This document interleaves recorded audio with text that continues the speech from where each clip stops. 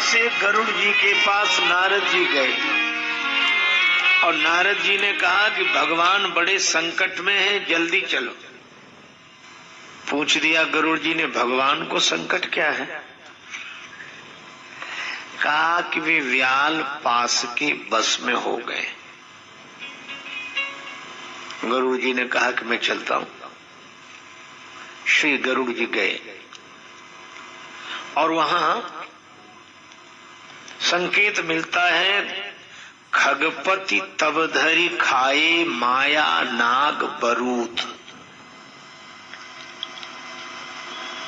उन माया के सर्पों को गरुड़ जी ने खा लिया।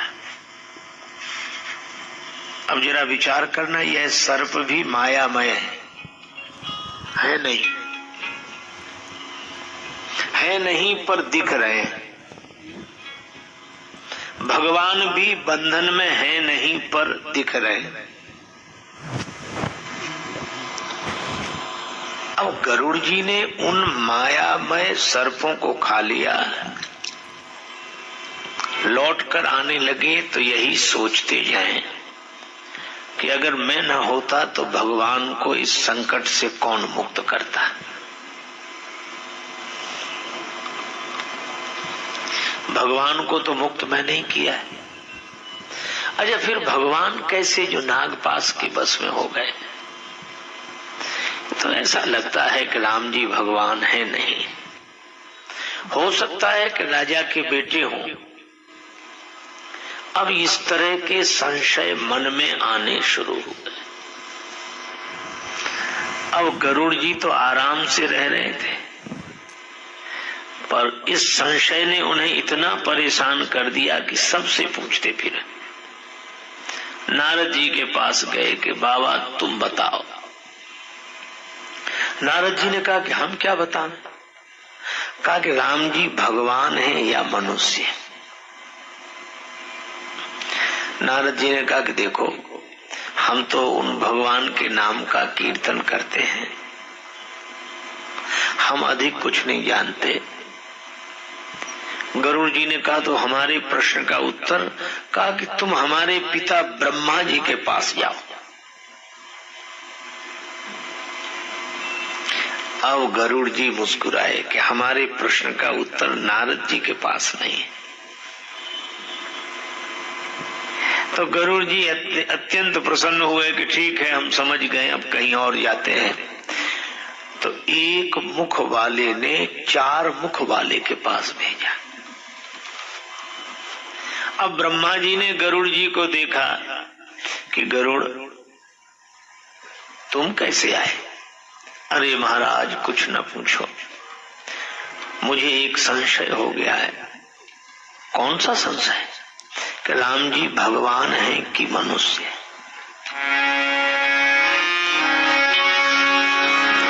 मैं देवर्षि नारद जी से समझने गया तो नारद जी ने कहा मेरे पास तो एक ही मुख है, वह भगवान के गुण गाने में लगा रहता है, मैं नहीं समझा सकता।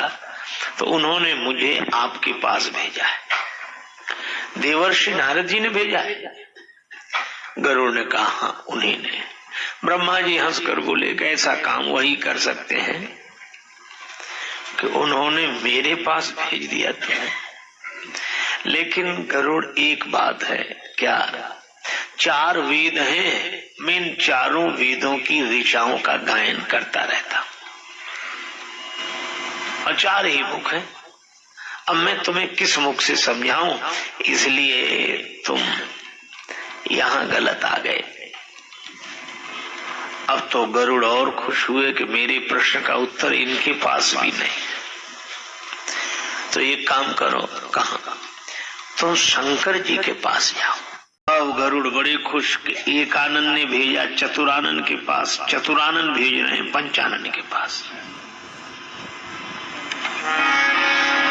भगवान शिव कैलाश पर्वत से चल चुके थे, वे कहीं जा रहे थे और रास्ते में मिल गए गरुड़ जी। और गरुड़ जी ने जो मार्ग में भगवान शंकर को देखा तो चरणों में प्रणाम किया और हाथ जोड़कर बोले प्रभु बड़ी कृपा, आप मिल गए, अब आप हमें समझा दो। कि राम जी भगवान हैं या मनुष्य।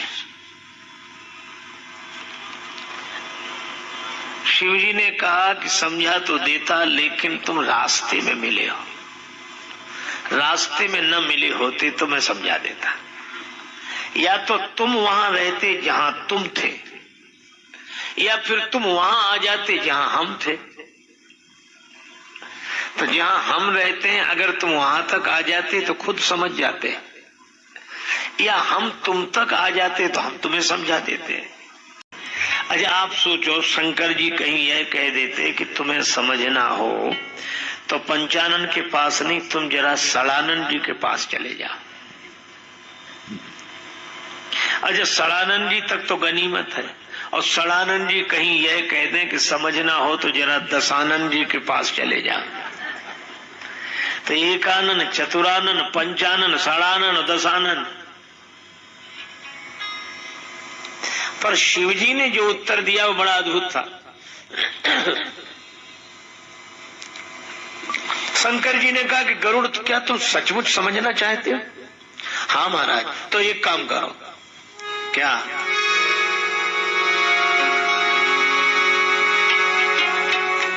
पास में नीलगिरी पर्वत है, इस नीलगिरी पर्वत पर श्री कागभूषुंडी जी रहते हैं, उनके पास जाओ समझने के लिए, कौए के पास। अब गरुड़ चौंके, ऐसे लगा जैसे ऊपर से नीचे गिर पड़े हो। कहां जाए महाराज? कागभूषुंडी के पास, वही तुम्हें सही समझा सकते हैं। महाराज हमें,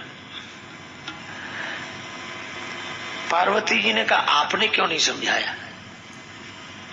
शंकर जी बोले राम जी की कृपा से हमें मर्म मिल गया था, रघुपति कृपा मर्म में पावा। अच्छा कौन सा मर्म मिल गया था? यह मर्म मिल गया था कि गरुड़ जी को अभिमान हो गया है। सुंडी के पास भेजो, किसी से नहीं कहेंगे कि हम कहाँ गए थे समझने। खग जाने खगही की भाखा। गरुड़ जी आपकी बड़ी कृपा, और आपको ही नहीं है तो मुझे कई बार संदेह हुआ कि राम जी इंसान है कि भगवान, और आपको हो गया है तो कोई बात नहीं। आपको यहाँ भेजा किसने? शंकर भगवान ने। बड़ी कृपा, वो मेरे गुरुदेव हैं और उन्होंने भेजा है। अब गरुड़ जी का इतना स्वागत किया। अब कागभूषुंडी जी हैं पक्षी और गरुड़ जी भी है पक्षी। अच्छा पक्षी की विशेषता क्या है? यह कागभूषुंडी तो मनुष्य ही थे, भूषुंडी शर्मा थे, लेकिन लोमस जी ने इनसे ज्ञान की बात कही तो लोमस जी की बात को इन्होंने स्वीकार ही नहीं किया। जैसे जैसे लोमस जी बतावें वैसे वैसे ये खंडन करेंगे, और अंत में कह दिया भरी लोचन बिलो की अवधेशा तब सुनियो निर्गुण उपदेशा। पहले राम जी का दर्शन करूंगा तब निर्गुण का उपदेश सुनूंगा। तो मुनि तन भये क्रोध के चीना, मुनि को क्रोध आ गया। क्रोधित होकर मुनि ने कहा सठ स्वपक्ष तब हृदय विशाला, सपति हो वो पंछी चांडाला। पक्षी बन जाओ। तो कागभूषुंडी हो गए कौआ।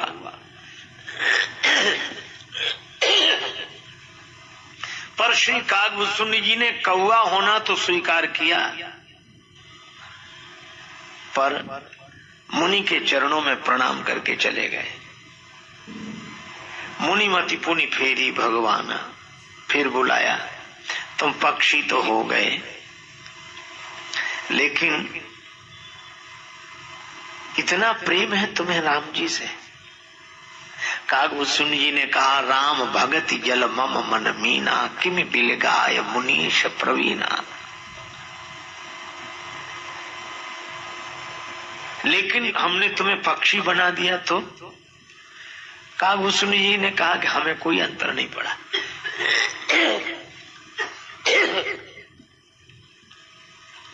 अब मुझे जो भी देखेगा कोई समझाएगा नहीं, क्यों? सूरदास खलकारी कामरी चढ़े न दूजो रंग। हमें काले रंग में देखेगा कोई नहीं समझाएगा। अजाओ महाराज दशरथ के यहाँ जाकर अपना परिचय देना पड़ता तो वो भी नहीं देना पड़ेगा। और फिर मेरे पांव नहीं रहे, पंख मिल गए, अब मैं उड़कर आराम से भगवान तक पहुंच जाऊंगा। भुसुंडी शर्मा रहता तो बताना पड़ता कहाँ से आया, कौन गांव, कहाँ का रहने वाला। फिर बड़ी मुश्किल से महाराज दशरथ के भवन में एक आध दिन प्रवेश मिलता, लेकिन कौए को तो कुछ पूछना ही नहीं है। यह तो उड़ेगा सीधे आंगन में उतर जाएगा। इसलिए आपकी बड़ी कृपा, हम प्रसन्न हैं। तो कागभूषुंडी हैं व्यक्ति, लेकिन बन गए पक्षी। क्यों? भक्ति का पक्ष। और गरुड़ जी भी पक्षी हैं, क्योंकि इनके पास ज्ञान का पक्ष है। ज्ञान और भक्ति में क्या अंतर है? और कागभूषुंडी जी कहते हैं कि भक्ति और ज्ञान में कोई भेद नहीं है। एक ज्ञान पहले कह रहा है, एक भक्ति पहले कह रहा है।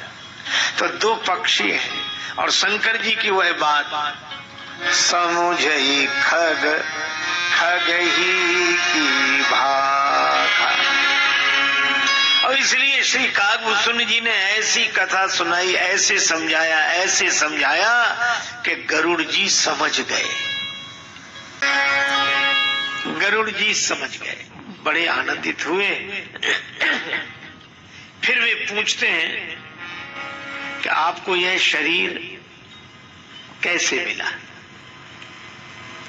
तो श्री कागभूषुंडी जी शरीर की कथा भी शंकर भगवान से जोड़ते हैं। कहते एक बार कलयुग में मेरा जन्म हुआ।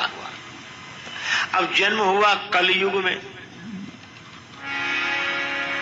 ते ही कलयुग कौशलपुर जा। कलयुग में मेरा जन्म अयोध्या में हुआ, शूद्र परिवार में हुआ। पर यद्यपि रहे रघुपति राजधानी, लेकिन तो भी मैंने अयोध्या का प्रभाव समझा नहीं।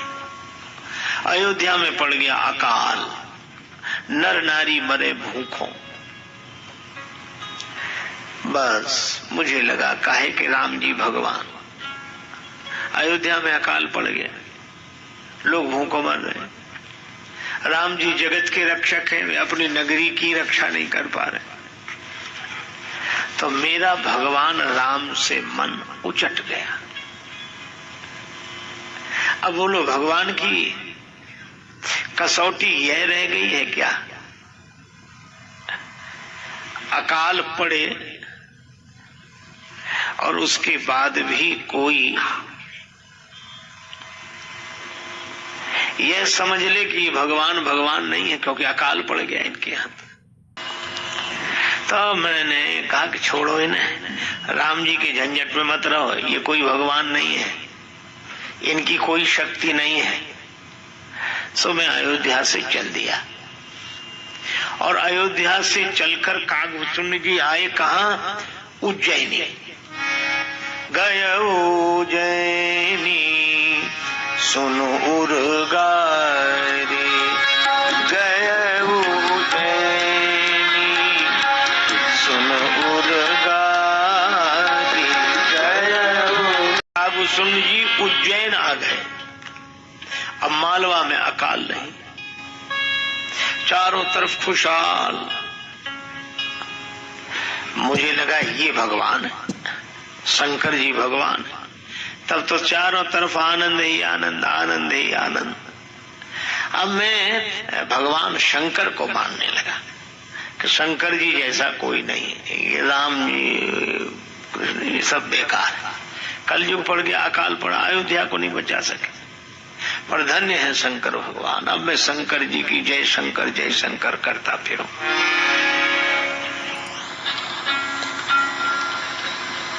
अब विचार करो, शंकर जी जहां वहां आनंद ही आनंद। और यह तो ठीक है, लेकिन अब इसका यह मतलब नहीं कि राम जी गलत है। और काकभूषुंड जी के मन में यही बात बैठ गई। एक गुरुदेव थे, गुरुदेव से कहा आप मुझे पढ़ा दिया करो, और इतनी विनम्रता से कहा कि भीतर तो अभिमान भरा था पर बाहर से मैं नम्र था। बाहे ज नम्र देखी मोहि साईं,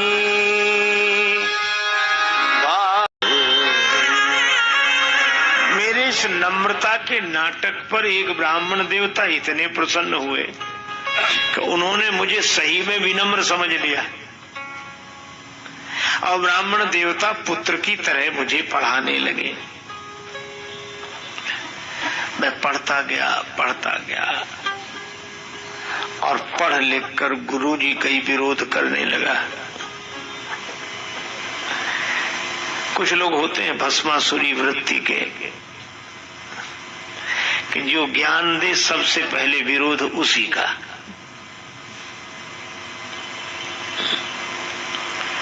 काशी के एक विद्वान संत थे, उनके एक शिष्य उनसे पढ़ लिख कर दीक्षा लेकर गए, बहुतों को शास्त्रार्थ में पराजित किया, सबको पराजित करके लौट रहे थे। गुरुजी बड़े खुश हुए कि शिष्य आ रहा है, और जब शिष्य पास में आया प्रणाम किया तो गुरुजी ने कहा कि बेटा सबको जीत लिया, कोई तो नहीं बचा। बोले बस गुरुजी आप ही बचे। अब सोचो गुरुजी तक को जो हराने की सोच है। गुरुदेव से पढ़कर मैं गुरुजी का ही विरोध करने लगा। हरिजन तुझ देखे जरऊं करऊं विष्णु कर द्रोह। भगवान विष्णु का कोई भक्त मिल जाए उसे देखकर मेरे मन में आग लग जाती। हरिजन तुझ ब्राह्मणों को देखता तो आग लग जाती है। करऊं विष्णु कर द्रोह में भगवान विष्णु का विरोध करता था। अब गुरुजी मेरे यह लक्षण देखकर बहुत दुखी होते, समझाते कि बेटा भगवान विष्णु का विरोध मत कर, ये तुम्हारे जो भगवान शंकर हैं ये विष्णु भगवान के सेवक हैं। तो भुसुंड जी कहते मुझे आग लग गई। शंकर भगवान को विष्णु भगवान का भक्त बता दिया गुरुजी ने। सुनि खगनाथ हृदय यति दहेऊ। यह सुनकर मेरे हृदय में तो आग लग गई। भगवान शिव और विष्णु भगवान के भक्त हो ही नहीं सकता, इसलिए वो बराबर गुरुजी से भी कम मिलते। अब एक दिन मिलना हो ही गया, जब ये ओम नमः शिवाय नमः शिवाय नमः शिवाय करते हुए भगवान शिव के मंदिर में बैठे थे। गुरु आयु अभिमान ते उठी नहीं कीन प्रणाम। गुरुदेव आए, मैंने अभिमान के कारण उठकर प्रणाम नहीं किया, मैं बैठा ही रहा। तो गुरुदेव को देखकर तो उठना चाहिए था, पर मैं उठा ही नहीं। गुरुजी दिखे तो सोचा प्रणाम करना पड़ेगा, तो आंख और बंद कर ली।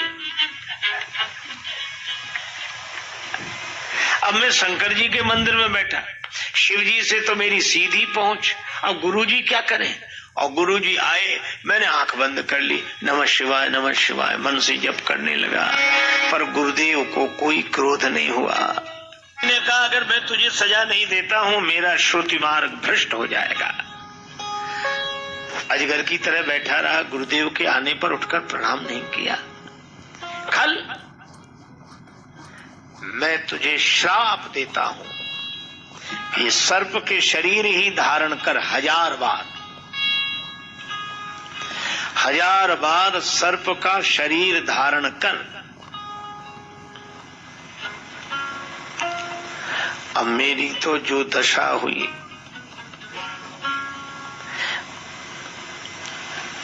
मैं न शंकर जी से कुछ कह सकता, अब करूं क्या, श्राप मिल गया। लेकिन गुरुदेव गुरुदेव हाकार कीन गुरु दारुण, ऐसे भगवान शंकर की स्तुति की गई। न जानामि योगम जपम नैव पूजा, मैं तुम्हारा जप नहीं जानता, पूजा नहीं जानता। हे देवादिदेव महादेव कृपा करो, कृपा करो, प्रसन्न हो, प्रसन्न हो। ऐसे स्तुति की गई। स्तुति की गई तो भगवान शिव फिर बोले, सुन भाई, तुम्हारे गुरुदेव को तो क्रोध है नहीं, और उन्होंने ही प्रार्थना की है, तो उनकी प्रार्थना पर एक संशोधन मैं कर रहा हूं। 1000 शरीर तो तुझे सर्प के मिलेंगे, पर तू जब चाहेगा तब उस शरीर को छोड़ देगा। इच्छा मृत्यु, जब चाहेगा तब छोड़ देगा। और जन्मत मरत दुसह दुख होई, वह जन्म मरण का दुख तुझे व्यापेगा नहीं। ऐसे परिवर्तन किया। मैं गुरुदेव के चरणों में लिपट गया। आपने बचा लिया गुरुदेव। गुरुदेव ने हृदय से लगाया, वत्स, मैं तुम्हें पहले ही कहता था कि शिव जी की भक्ति तो करो, पर भगवान विष्णु का विरोध मत करो। शंकर जी भगवान विष्णु के अत्यंत प्रिय हैं। शंकर जी उनके सेवक हैं, वे शंकर जी के सेवक हैं। इसलिए मैं मना करता था, तुम नहीं माने और मेरा तक विरोध करते रहे। तुम्हारा कल्याण हो, तुम्हें सर्प शरीर मिलेगा, 1000 शरीर मिलेंगे। अब हमारा तुम्हारा संबंध यहीं तक है। मैं रोने लगा। गुरुदेव ने हृदय से लगाया, आशीर्वाद दिया। उसके बाद मेरा शरीर छूट गया और मुझे सर्प का शरीर मिला। मुझे जो शरीर मिलता मैं उसे छोड़ देता। मुझे जन्म मरण का दुख नहीं होता था। इस तरह मैंने 1000 शरीर छोड़े और अंत में ब्राह्मण कुल में मेरा जन्म हुआ, भुसुंडी शर्मा के नाम से। अच्छा, तो आपको कोई कष्ट तो नहीं हुआ? नहीं,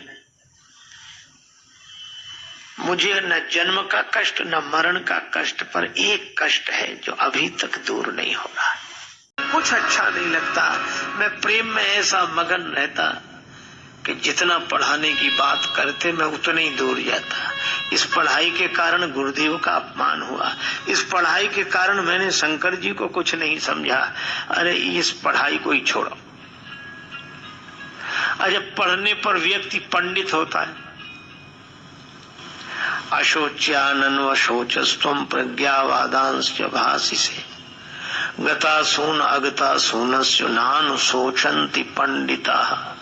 श्रीमद् भगवद गीता में भगवान श्री कृष्ण यही कहते हैं कि तुम अशोच्य का सोच कर रहे हो,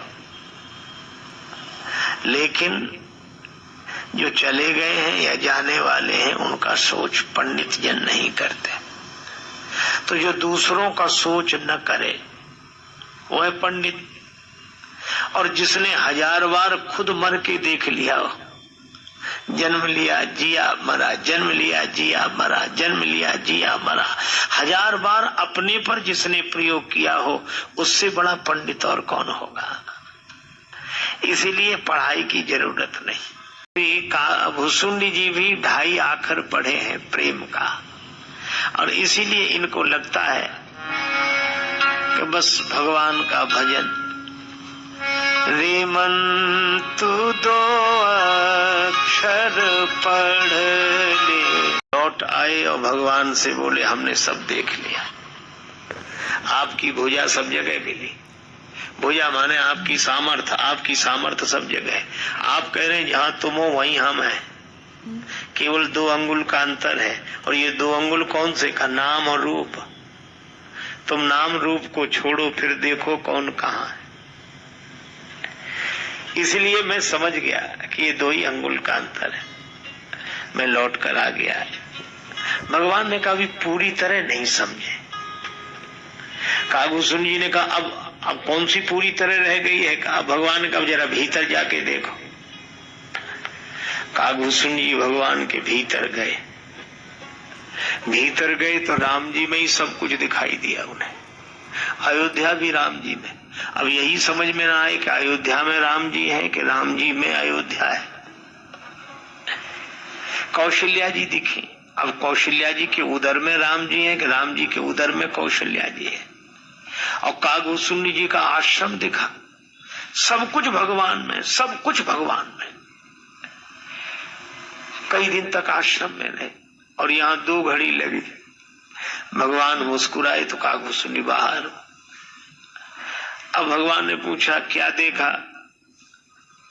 कागभूषण जी चुप नहीं, बताओ देखा क्या? कागभूषण जी ने कहा कि अभी तो हमने ये देखा कि सब जगह आप है, और फिर ये देखा कि सब जगह आप में ही है। आप सब जगह नहीं, आप में ही सब जगह है। भगवान ने कहा अब पूरी तरह समझ गए। यो माम पश्यति सर्वत्र सर्वम च मयि पश्यति। जो मुझे सब में देखता है और सबको मुझ में देखता है वह मेरा भक्त है।